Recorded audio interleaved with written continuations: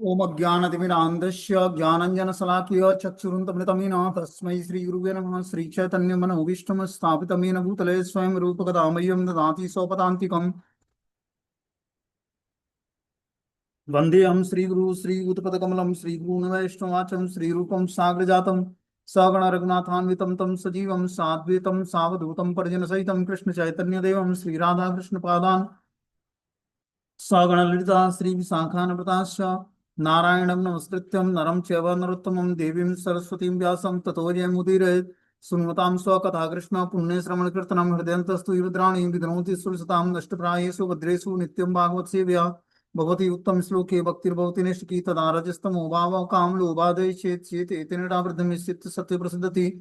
एवं प्रसन्न मनसो भगवद्भक्ति योगता भगवदत्त विज्ञान मुक्त संगस्य जायते विद्यन्ते हृदयं ग्रन्थि छिद्यन्ते सर्वसंशयम् क्षीयन्ते चास्य कर्माणि दृष्ट्वा एवात्मेश्वरे सच्चिदानंद रूपाय विस्तुतोत्पत्ति हेतवे तापत्रय विनाशाय श्रीकृष्णाय वयं नमः। संसार सागरे मग्नं दीनं करुणानिधि कर्म ग्राह वृत्तांगम मामुद्ध भवाडवाद श्रीमद्भागवतम आख्यानम प्रत्यक्षं कृष्णैः स्वीकृतोऽस्मयानाथं मुक्तार्थं भवसागरे मनोरथो मदीयं सफलं सर्वतातिं निर्विघ्नेनैव कर्तव्यं दासोऽहं तं केशवं नाम संकीर्तनं यस्य सर्वपापप्रणाशनं प्रणामो दुःखशमनं तं नमामि हरिपरम्। आराध्यो भगवान् ब्रजेशतन्यो तद्धाम वृंदावनम रम्या काचिदुपासना व्रजवधु वर्गेण कल्पिता श्रीमद्भागवतं प्रमाण अम्लं प्रेमोपमार्थो महान श्री चैतन्य महाप्रभु मद्विदं कृष्ण तत्रादरो नापरः। हे कृष्ण करुणा सिंधु दीनबंधु जगत्पतये गोपेश गोपिका कांत राधा कांत नमस्तुते।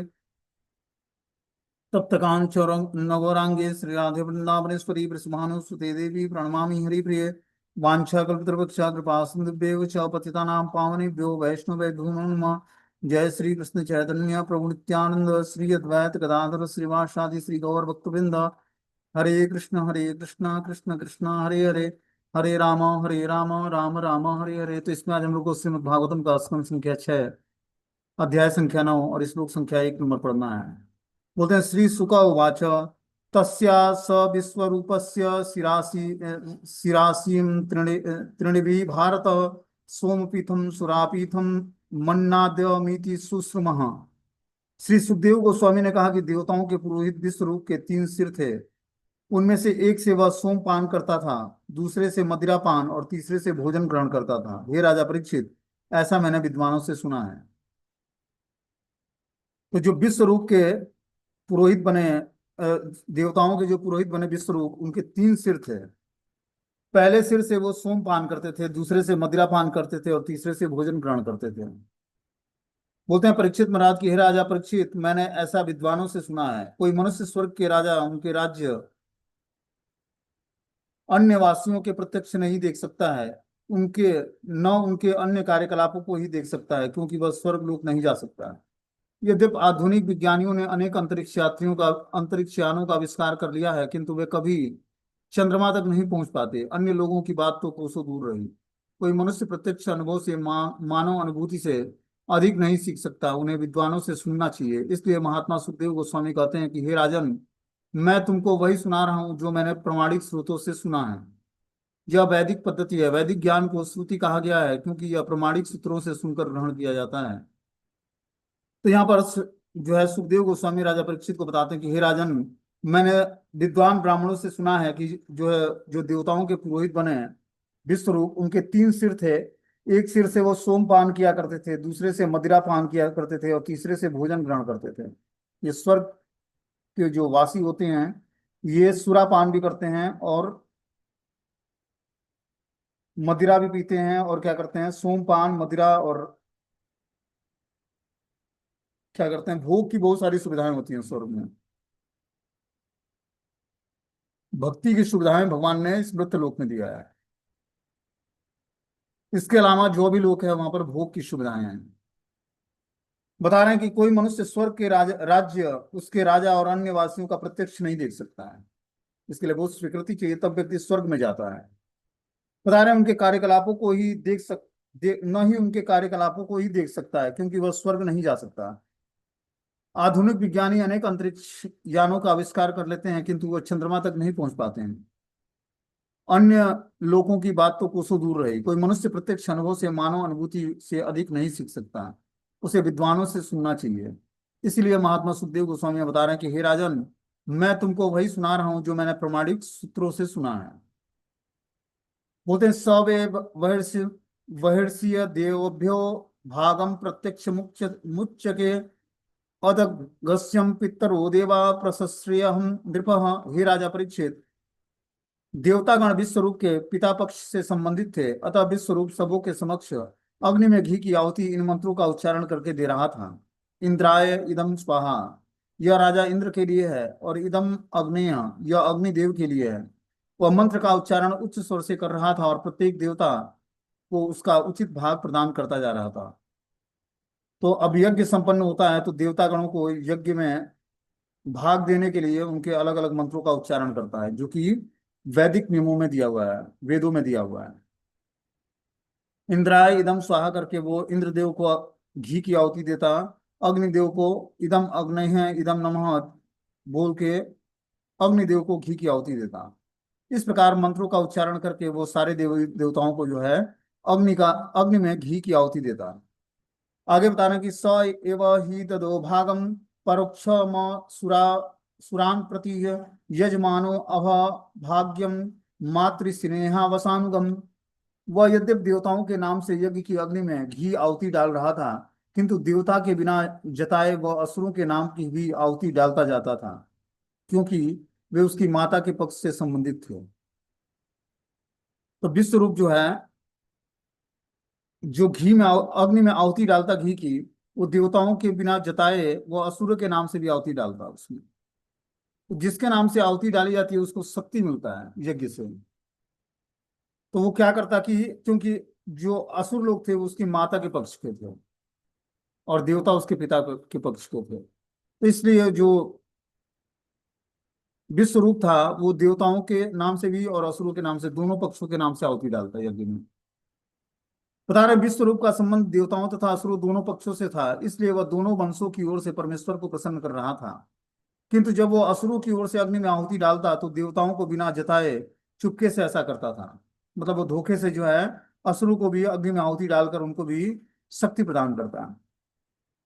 बता रहे हैं आगे कि तदेव हेलनम तस्य धर्मालीकम सुरेश्वर आलक्ष्यम तरसा भीतम स तक्षिणा अन्य छिन्न द्रुसाम।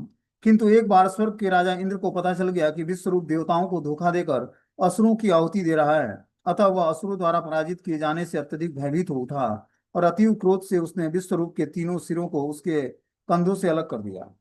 जब देखा कि विश्वरूप जो है धोखे से क्या कर रहा है, देवताओं को धोखा देकर असुरों की आहुति दे रहा है, असुरों को आहुति दे रहा है, तब वो जान गया कि जो है विश्वरूप को अब इसका वध कर देना चाहिए, नहीं तो ये असुरों की शक्ति को बढ़ा देगा यज्ञ करके। इंद्र क्या करते हैं, उसके तीनों सिरों को उसके धड़ से अलग कर देते हैं। बोलते हैं सोमपीथम तु यतस्य शिरम आसीत कपिज्वल कलविंग्यम सुरापीथम मन्नादम यत्स तित्रिह। तत्पश्चात सोमरस पीने वाला सिर पपीहे में, सुरापान करने वाला सिर गौराइया में और भोजन करने वाला सिर तीतर में बदल गया। जो तीनों सिर कटे उसके, तो पहला सिर जो कटा वो पपीहा का रूप धारण कर लिया, दूसरा जो जिससे सुरापान करता था उसका सिर जो है गौरैया के रूप में बदल गया, और जिस जिस सिर से भोजन करता था वो तितर एक पक्षी होता है उसके रूप में बदल गया। बोलते हैं ब्रह्म हत्या मंजली नाम जग्राहम यद्यपि स्वरम संवत्सर संवत्सरांते तदज्ञम भूतानाम स विशुद्ध भूम्या वृद्धिमयो विश्य भय चातुर्यधा भजम हरि। इंद्र इतना शक्तिशाली था कि यदि वो चाहता तो ब्रह्म हत्या के पाप फल को निरस्त कर सकता था, किंतु उसने हाथ जोड़कर पछताते हुए पाप भार को स्वीकार कर लिया। उसने 1 वर्ष तक यातना भोगी और तब अपनी शुद्धि के लिए हत्या के पाप को पृथ्वी जल वृक्ष और स्त्रियों में बांट दिया। तो बता रहे हैं कि इंद्र इतना शक्तिशाली था कि वो जब विश्वरूप का हत्या करता तो विश्वरूप ब्राह्मण थे, उनके हत्या करने से ब्रह्म हत्या का फल पाप लगा उसको, तो चाहता तो पाप के फलों को निरस्त कर सकता था अपनी शक्ति से, लेकिन उसने निरस्त नहीं किया। इंद्र ने हाथ जोड़कर उसको पछताते हुए पाप भार को स्वीकार किया उन्होंने। और इस प्रकार बता रहे हैं कि 1 वर्ष तक उस ब्रह्म हत्या के पाप को भोगता रहा और तब अपनी शुद्धि के लिए हत्या के पाप को पृथ्वी जल अग्नि पृथ्वी जल वृक्ष और स्त्रियों में बांट दिया उस पाप को। बोलते हैं भूमि स्तूरियम जग्राहम खात वरेणवे इरिड्यम ब्रह्म हत्यायाम रूपम भूमो प्रदीक्षयते। पृथ्वी ने राजा इंद्र से बदले में यह वरदान लेकर कि जहां कहीं भी गड्ढे होंगे वे समय पर अपने आप भर जाएंगे, ब्रह्म हत्या के पापों का चतुर्थांश स्वीकार कर लिया। उस पापों के कारण ही हमें पृथ्वी पर अनेक मरुस्थल दिखाई पड़ते हैं। बता रहे कि पृथ्वी ने, जो इंद्र ने ब्रह्म हत्या किया था, ब्राह्मण का वध किया था, उसके एक चौथाई भाग को पृथ्वी ने ले लिया, इस शर्त पर कि जहां कहीं में पृथ्वी पर गड्ढे होंगे वो अपने आप समय के अनुसार भर जाएंगे। बता रहे हैं उन पापों के कारण ही हमें पृथ्वी पर अनेक मरुस्थल दिखाई पड़ते हैं। जहां जहां वो पाप चले गए वहां वहां मरुस्थल हो गया। मरुस्थल मतलब वहां पर जल समाप्त हो गया और रेगिस्तान हो गया पूरा। बोलते हैं चूंकि रेगिस्तान पृथ्वी की रुग्ण स्थिति के कारण प्रकट होता है, अतः कोई भी अनुष्ठान रेगिस्तान में नहीं संपन्न किया जाता। जिसके भाग्य में रेगिस्तान में रहना बदा है, उसके बारे में यह समझना चाहिए कि ब्रह्म हत्या के पाप फल के कारण वे वहां रह रहा है। तो जो भी व्यक्ति रेगिस्तान में रहता है, ठीक है ना, उसको यही समझना चाहिए कि वो ब्रह्म हत्या का पाप फल भोग रहा है। बता रहे हैं यहाँ पर श्रीमद् भागवत। बोलते हैं तुरीय क्षे विरोहेण वरेण्यम जगृह द्रुमाम तेसाम निर्यास्य रूपेण ब्रह्म हत्या प्रदिश्यते। वृक्षों ने इंद्र से बदले में यह वरदान लिया कि काटे जाने पर भी उनकी शाखाएं फिर से उग आएंगी। ब्रह्म हत्या के पाप फल का चतुर्थांश ले लिया। ये पाप फल वृक्षों से निकलने वाले रस के रूप में दिखाई पड़ते हैं। तो वृक्ष ने इंद्र के एक चौथाई भाग को, पापों को ले लिया और उसने इस शर्त पर तैयार किया कि काटे जाने पर भी वृक्ष की शाखाएं फिर से उगाएंगी। इस शर्त पे ब्रह्म हत्या के पाप फल का चतुर्थांश वृक्षों ने ले लिया। ये पाप फल वृक्षों से निकलने वाले रस के रूप में दिखाई देता है। कुछ वृक्षों को हम काटते हैं तो उसमें से रस निकलता है। तो उस पाप के फलों का परिणाम होता है कि वृक्ष काटने पर उससे रस निकलता है, इसलिए इस रस को पीना वर्जित है।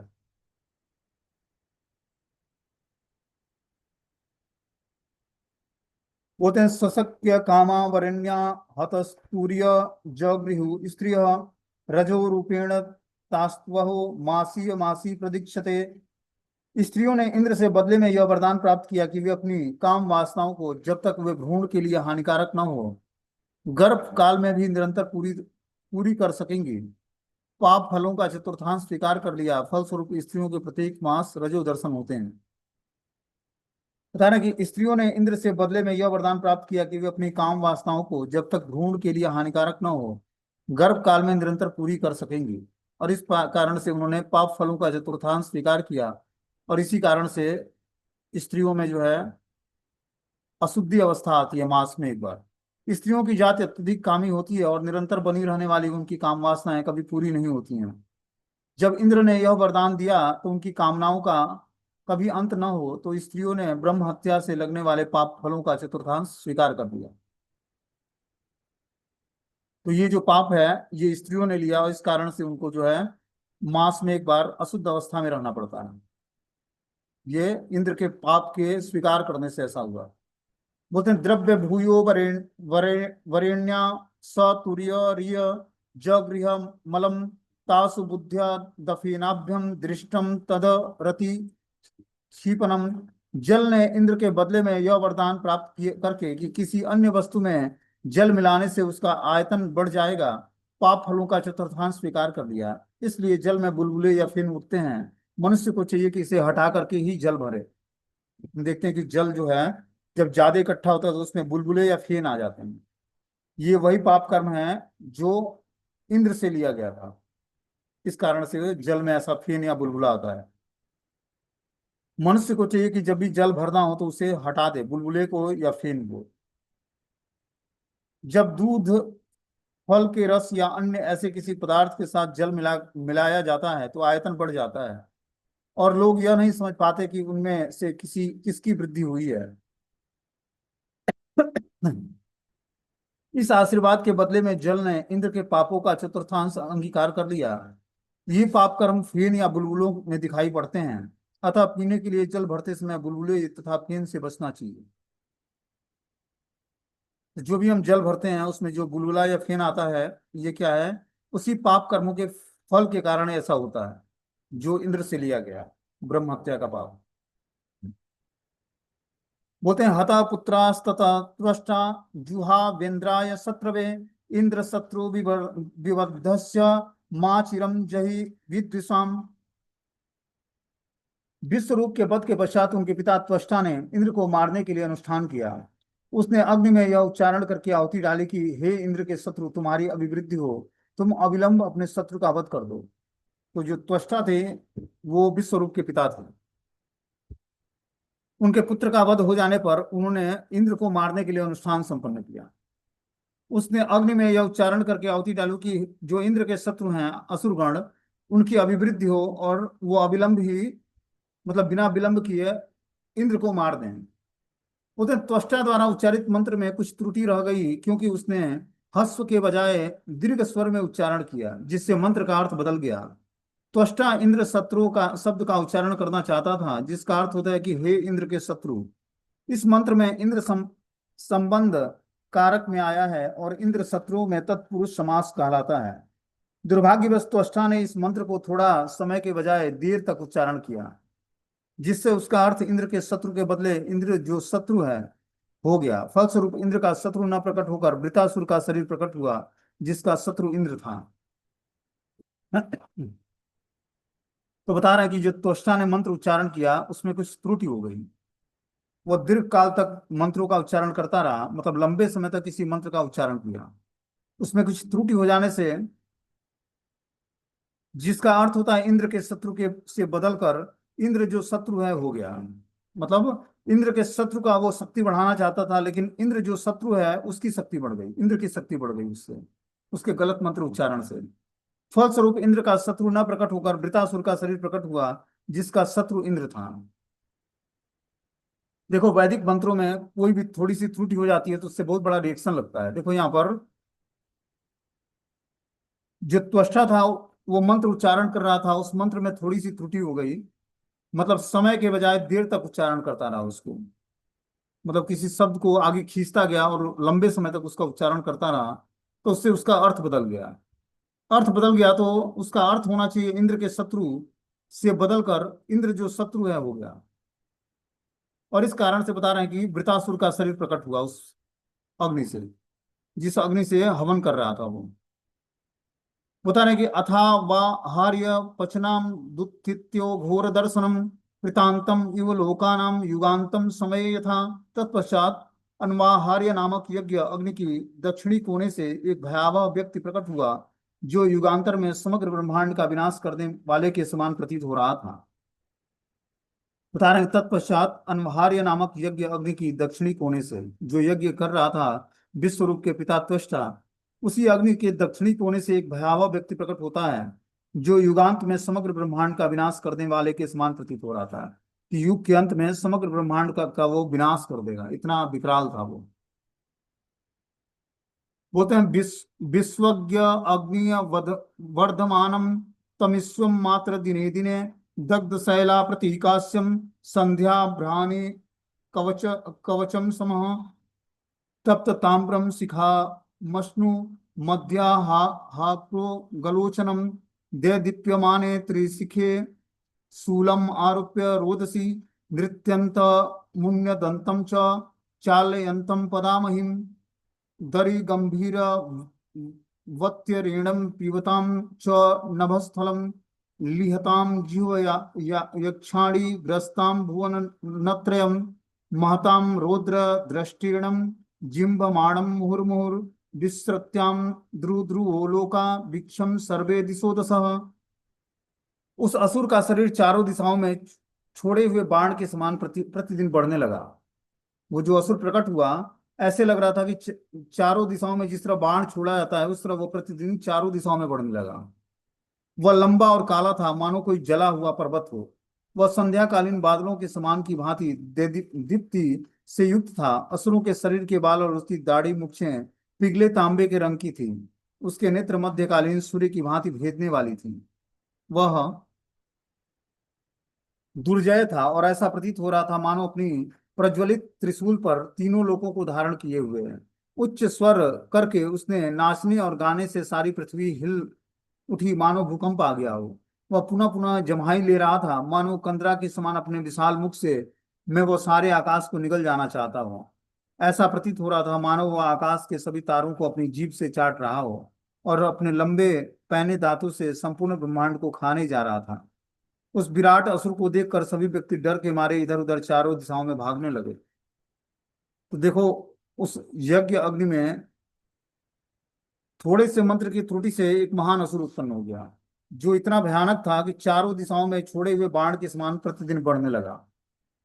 वह लंबा और काला था, जला हुआ पर्वत के समान दिखाई दे रहा था और संध्याकालीन बादलों के समूह की भांति दीप्ति से युक्त था।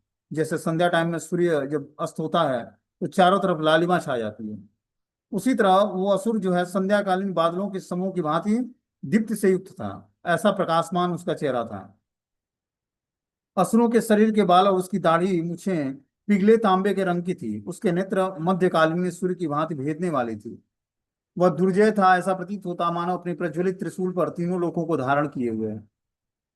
इस प्रकार उच्च स्वर से नाचते गाते सारी पृथ्वी को हिला हिला रहा था, मानो पृथ्वी में भूकंप आ रहा हो। वह पुनः पुनः जम्हाई ले रहा था, मानो कंदरा के समान अपने विशाल मुख में वह सारे आकाश को निगल जाना चाहता है। ऐसा प्रतीत हो रहा था मानो वह आकाश के सभी तारों को अपनी जीभ से चाट रहा हो और लंबे पैने दांतों से संपूर्ण ब्रह्मांड को खाने जा रहा हो। उस विराट असुर को देखकर सभी व्यक्ति डर के मारे इधर उधर चारों दिशाओं में भागने लगे। बोलते, एनावृता इमे लोका स तपसा त्वाष्टमूर्तिनाम स वे वृतम इति प्रोक्तम पापम परम दारुणम। उस अत्यंत भयानक असुर ने, जो वास्तव में त्वष्टा का ही पुत्र था, अपने तप बल से सभी लोगों को आच्छादित कर लिया था, इसलिए वह वृत्त अर्थात प्रत्येक वस्तु को आच्छादित करने वाला कहलाया।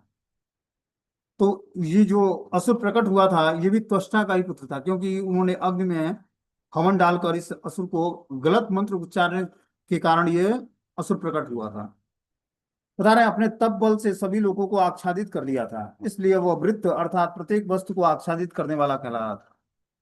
उसका नाम वृतासुर इसीलिए पड़ा कि वो हर वस्तु को आच्छादित कर देता, मतलब ढक लेता अपने प्रभाव से। बोलते हैं चूंकि असुर ने समस्त लोगों को आच्छादित कर लिया था, इसलिए उसका नाम वृतासुर पड़ा। वो इतना भयानक था कि समस्त लोगों को आच्छादित कर लिया, ढक लिया अपने प्रभाव से, इसी कारण उसका नाम वृतासुर पड़ा। बोलते हैं तम निज भूनि विहिद्रुत्यम स्वगणाम विबुध सभा स्वे स्वे दिव्या सहस्रास्य शत्रुघ्ये सो अग्र शतानि कृत्सनः। इंद्र इत्यादि सभी देवता अपने सैनिकों सहित उस असुर पर टूट पड़े। वे अपने दिव्य धनुष बाणों तथा अन्य हथियारों से उसे मारने लगे, किंतु वृतासुर उनके सभी हथियार निगलता गया। अब सारे देवता जो थे उस असुर को मारने के लिए उस पर टूट पड़े, लेकिन क्या करता, वो सारे दिव्य धनुष बाण और हथियार को क्या करता, निगल लेता अपने अंदर। ततस्ते विस्मिताम सर्वे विष्णा विष्णाम ग्रस्त तेजस प्रत्यक्षमादि पुरुषम उत्पस्थु समाहितम। उस असुर की शक्ति देखकर सभी देवता अत्यंत आश्चर्यचकित तथा निराश हो गए। उस उनकी सारी शक्ति जाती रही, अतः वे सभी परमात्मा अर्थात पूर्ण पुरुषोत्तम भगवान नारायण की पूजा करके उन्हें प्रसन्न करने के निमित्त एकत्र हुए। अब क्या हुआ, उस असुर की शक्ति को देखकर सारे देवता आश्चर्यचकित होकर निराश हो गए। उसकी सारी शक्ति जाती रही, सारे देवताओं की सब शक्ति समाप्त होने वाली थी। वे सभी परमात्मा अर्थात पूर्ण पुरुषोत्तम भगवान नारायण की पूजा करके उन्हें प्रसन्न करने के निमित्त एकत्र हो गए। अब बोलते हैं श्री दिव्या ऊचु वायु अंबर अग्नि अपह चित्तयम त्रैलोक्य ब्रह्मादयम ब्रह्मादयो ये वय मुदि जंतम हराम यस्मे बलि अंत को असो विभेति यत स्मरणा दर्णम ततो नः। देवताओं ने कहा कि तीनों लोकों की सृष्टि पंच तत्वों क्षितिजल पावक गगन और समीर से हुई है, जिनको ब्रह्मा आदि विभिन्न देवता अपने वश में रखते हैं। हम काल से अत्यधिक भयभीत हैं और वह हमारे अस्तित्व का अंत कर देगा, इसलिए वह जैसा चाहता है हम वैसा कार्य करके उसको अपनी भेंट चढ़ाते हैं। किंतु काल श्री भगवान से स्वयं डरता है, अतः हम एकमात्र परमेश्वर की आराधना करें जो हमारी पूरी तरह से रक्षा कर सकते। तो सारे देवता इकट्ठे होते हैं और प्लानिंग करते हैं कि अब हमें काल से भयभीत न होकर श्री भगवान की पूजा करनी चाहिए, क्योंकि परमेश्वर ही एकमात्र आराधना के तत्व हैं और उनकी आराधना से हमें पूर्ण सुरक्षा प्रदान करेंगे। जब किसी को मारे जाने का भय हो तो वो श्री भगवान की शरण ग्रहण करनी चाहिए। ब्रह्मा से लेकर सभी देवताओं की आराधना करते हैं, यद्यपि वे इस भौतिक जगत के विभिन्न तत्वों के स्वामी हैं। सभी असुर चाहे वे कितने महान और शक्तिशाली क्यों न हो, श्री भगवान से भयभीत रहते हैं। देवतागण मृत्यु से डर कर भगवान की शरण में गए और उनसे यह प्रार्थना किया कि यद्यपि काल सबों के लिए भयंकर भयकारी है, किंतु काल स्वयं श्री भगवान से डरता है, क्योंकि भगवान को अभय कहते हैं। श्री भगवान की शरण में जाने से वास्तविक निर्भीकता आती है। इसलिए सभी देवताओं ने भगवान की शरण में जाने का निश्चय किया। तो उनको लगा कि अब हम लोग इस असुर पर विजय प्राप्त नहीं कर पाएंगे, तो उन्होंने अल्टीमेटली जो है भगवान की शरण ग्रहण की और भगवान से प्रार्थनाएं अर्पण की। और इस प्रकार जो बता रहे हैं कि जो है बहुत ही निर्भीकता पूर्वक भगवान की शरण ग्रहण किया उन्होंने, और सारी देवता इसलिए सभी देवताओं ने भगवान की शरण में जाने का अब निश्चय किया, तो हम लोग चल के भगवान की शरण ग्रहण करते हैं। बोलते हैं अविस्मितम तम परिपूर्ण कामम स्वेनेव लाभेन सम प्रशांतम विनोप सर्पत्य परम हिबालिसम लंग्या गुले नाति तरति सिंधुम। भगवान समस्त सांसारिक कल्पना से रहित और सदैव विस्मय विहीन है। वे सदैव प्रसन्नचित और अपनी स्वरूप सिद्धि से परम संतुष्ट रहने वाले हैं। उनकी कोई सांसारिक उपाधि नहीं होती, अतः वे स्थिर एवं विरक्त हो रहते हैं। वही पूर्ण पुरुषोत्तम भगवान सबों के एकमात्र आश्रय हैं। अतः जो मनुष्य किसी अन्य से अपनी रक्षा की कामना करता है वह अवश्य ही बड़ा मूर्ख है और कुत्ते की पूंछ पकड़कर समुद्र को पार करना चाहता है। बता रहे हैं यहाँ पर तात्पर्य में कि भगवान समस्त सांसारिक कल्पना से रहित और सदैव विस्मय विहीन है।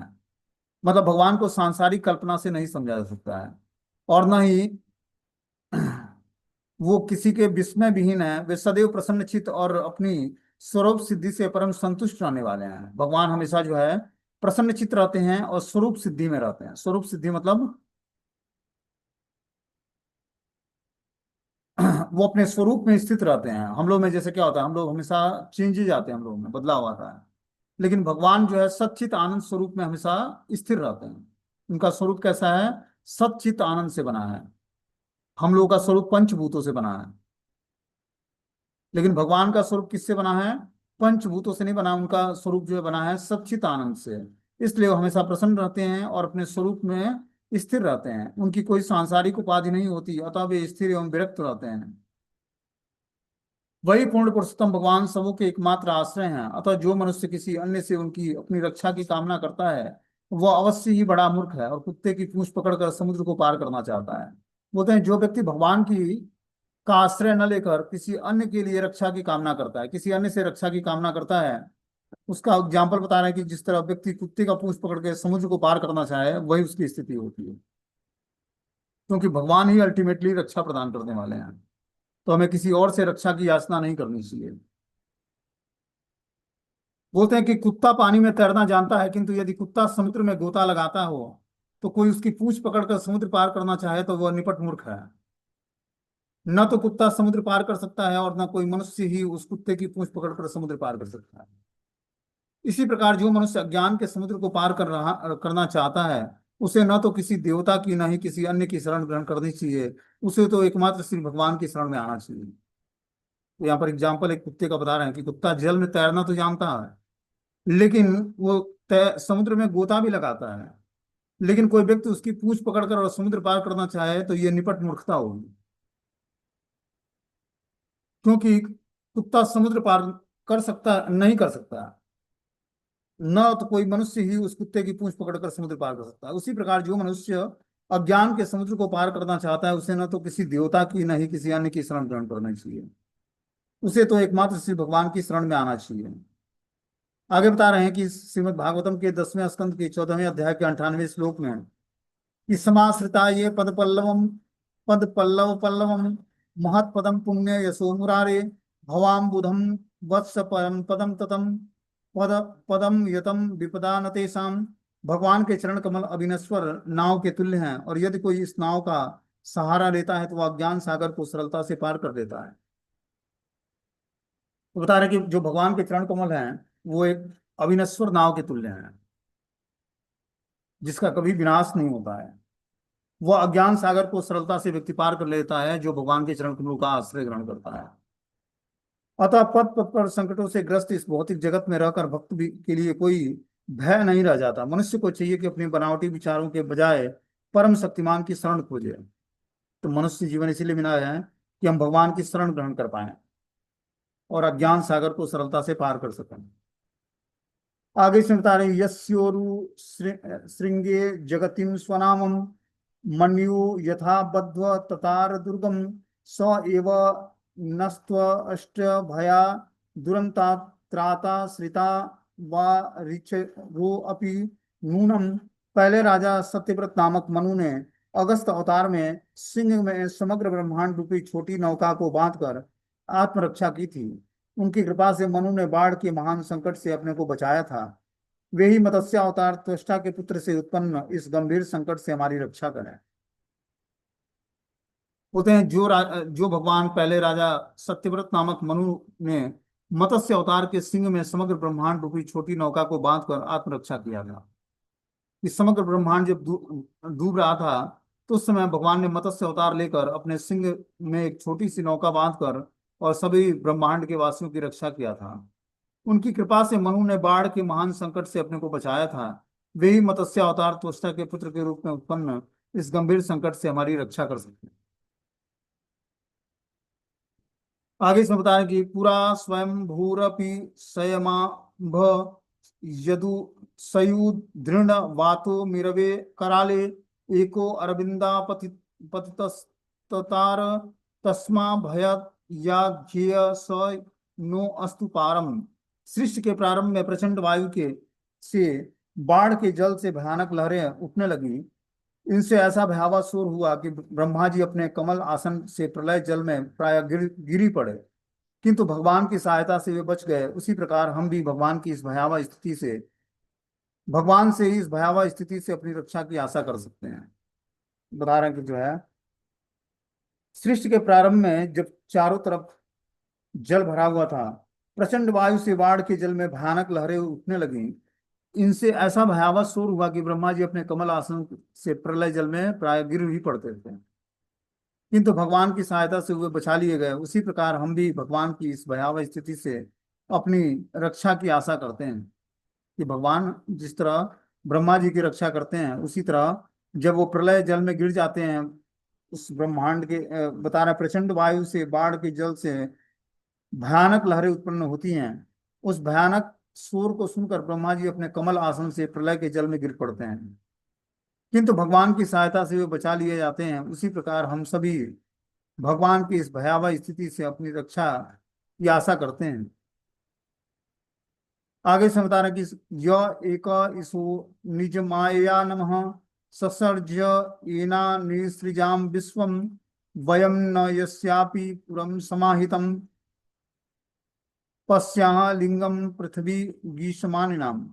पूर्ण पुरुषोत्तम भगवान जिन्होंने अपनी बहिरंग शक्ति से हमारी सृष्टि की और जिनकी कृपा से हम इस विश्व की सृष्टि का विस्तार करते हैं, वे निरंतर हमारे समक्ष परमात्मा रूप में विद्यमान हैं, किंतु हम उनके रूप को नहीं देख पा रहे हैं। हम इसीलिए देखने में असमर्थ हैं क्योंकि हम सभी अपने आप को पृथक और स्वतंत्र ईश्वर के रूप में मानते हैं। बता रहे हैं कि जो पूर्ण पुरुषोत्तम भगवान है जिन्होंने अपनी बहिरंग शक्ति से हमारी सृष्टि की और जिनकी कृपा से हम इस विश्व की सृष्टि का विस्तार करते हैं, वे निरंतर हमारे समक्ष परमात्मा रूप में विद्यमान है। वही भगवान बता रहे हैं जो पूर्ण पुरुषोत्तम भगवान है, अपनी बहिरंगा शक्ति से हमारी सृष्टि की रचना की है, जिनकी कृपा से हम इस विश्व की सृष्टि का विस्तार करते हैं और निरंतर हमारे समक्ष परमात्मा रूप में विद्यमान होते हैं, किंतु हम उनके रूप को नहीं देख पाते। हम इसलिए देखने में असमर्थ हैं क्योंकि हम सभी अपने आप को पृथक और स्वतंत्र ईश्वर के रूप में मानते हैं। तो भगवान को देखने के लिए या रियलाइज करने के लिए यहाँ बता रहे हैं कि जब तक हम अपने अंदर अपने सामर्थ्य को मानते रहेंगे, बनाते रहेंगे, बनाए रखेंगे, तब तक हम भगवान के का दर्शन नहीं कर पाएंगे। हम सभी अपने आप को पृथक और स्वतंत्र ईश्वर के रूप में मानते रहेंगे। यहाँ पर यह बताया गया कि बद्ध जीव श्री भगवान का साक्षात दर्शन क्यों नहीं कर पाता, यदि भगवान अपने समक्ष भगवान श्री कृष्ण या भगवान रामचंद्र के रूप में प्रकट होते हैं और मानव समाज में नायक या राजा के रूप में रहते हैं, किंतु बद्ध जीव उन्हें प्रसन्न नहीं कर पाता। अजानन्ति मान मूढ़ा मानुषी तन्माश्रितम। मूढ़ लोग श्री भगवान को सामान्य पुरुष मानकर उनका उपहास करते हैं।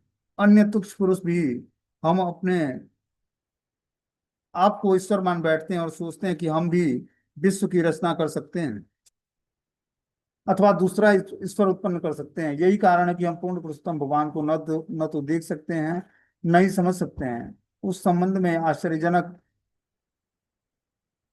इस संबंध में श्रील माध्वाचार्य का अर्थ है, लिंगमेव पश्याम कहर्चिद भी मां नस्तु व देवा नामपि सन्निवम प्रायम कालेषु नास्तेव तारतम्ये सो अपियु। हम सभी विभिन्न घटनाओं विभिन्न कोटियों से बद्ध हुए होते हैं, किंतु हम अपने को ईश्वर समझते हैं। इसलिए हम न तो समझ पाते हैं कि ईश्वर कौन है और न ही उनका आमने सामने दर्शन कर पाते हैं। बता रहे हैं यहाँ पर भी है, हम सभी विभिन्न कोटियों में बद्ध अवस्था में हैं, किंतु हम अपने को ईश्वर समझते हैं। हर व्यक्ति बद्ध अवस्था में है और उसके अंदर चार तरह के दोष भी पाए जाते हैं, लेकिन वो अपने को ईश्वर समझता है, कंट्रोलर समझता है। इसलिए हम न तो समझ पाते हैं कि ईश्वर कौन है और न ही उनका आमने सामने दर्शन कर पाते हैं। आगे इसमें बता रहे हैं कि पूर्ण पुरुषोत्तम भगवान अपनी अचिंत अंतरंग शक्तियों से अनेक दिव्य शरीरों में विस्तार करते हैं, यथा देवताओं की शक्तियों के अवतार वामन देव, ऋषियों के अवतार परशुराम, पशुओं के अवतार नरसिंह देव, बराह और जलचरों के अवतार मत्स्य और कूर्म। वे सभी प्रकार के जीवात्माओं के बीच विभिन्न दिव्य देह धारण करते हैं और मनुष्यों के बीच विशेष रूप से भगवान कृष्ण और बलराम के रूप में प्रकट होते हैं। अपनी आहितकी की कृपा से वह असुर द्वारा सदा सताए गए देवताओं की रक्षा करते हैं।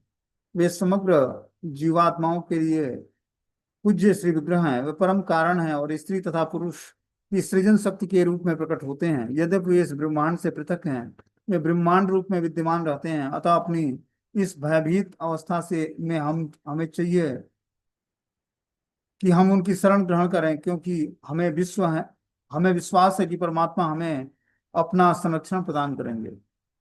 इस प्रकार बता रहे हैं यहाँ पर तात्पर्य में कि पूर्ण पुरुषोत्तम भगवान अपनी अचिंत अंतरंग शक्ति से अनेक दिव्य शरीरों में विस्तार करते हैं। यथा देवताओं की शक्ति के अवतार में वामन देव, ऋषियों के अवतार और पशुओं के अवतार नरसिंह अवतार, बराह अवतार, जलचरों के अवतार, मत्स्य और कूर्म अवतार, वे सभी प्रकार के जीवात्माओं के बीच विभिन्न दिव्य देह धारण करते हैं और मनुष्यों के बीच विशेष रूप से भगवान कृष्ण और राम के रूप में प्रकट होते हैं। अपनी आहितकी की कृपा से वे असुरों द्वारा सदा सताए गए देवताओं की रक्षा करते हैं। वे समस्त जीवात्माओं के पूज्य से विग्रह हैं। वे परम कारण है और स्त्री तथा पुरुषों की सृजन शक्ति के रूप में प्रकट होते हैं। यद्यपि वे इस ब्रह्मांड से पृथक रहते हैं, वे विराट रूप में विद्यमान रहते हैं। और इस प्रकार जो है अपनी इस भयानक स्थिति में हमें चाहिए कि उनकी शरण ग्रहण करें, क्योंकि हमें विश्वास